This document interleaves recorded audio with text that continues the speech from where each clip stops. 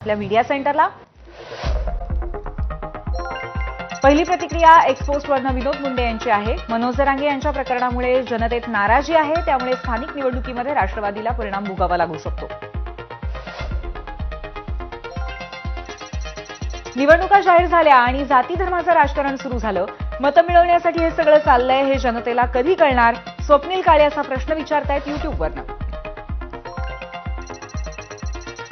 धनंजय मुंडेच नाही तर अजित पवार गट संपणार, कारण आमचं दैवत आहेत मनोज जरांगे पाटील, ऋषी दातार म्हणतायत युट्यूबवरनं।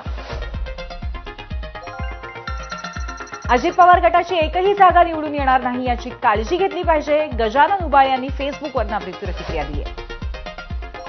पुढची प्रतिक्रिया फेसबुकवरनं आहे देविदास टाके यांची। नाव खराब केल्यामुळे कोणाचं अस्तित्व संपत नाही, नाव त्याचाच खराब केलं जातं ज्याचं नाव कायम चर्चेत असतं।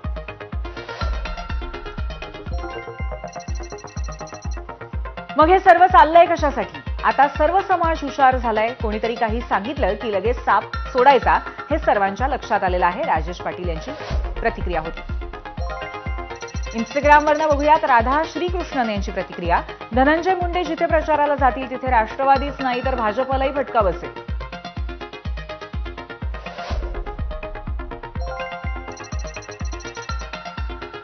राज मुंडे म्हणतायत इंस्टाग्रामवरनं जरांगेंचेच जुने सहकारी आहेत, जरांगेंचं काहीतरी प्रकरण बाहेर येणार असेल त्यामुळे गुंतवलं असेल स्वतःचेच सहकारी।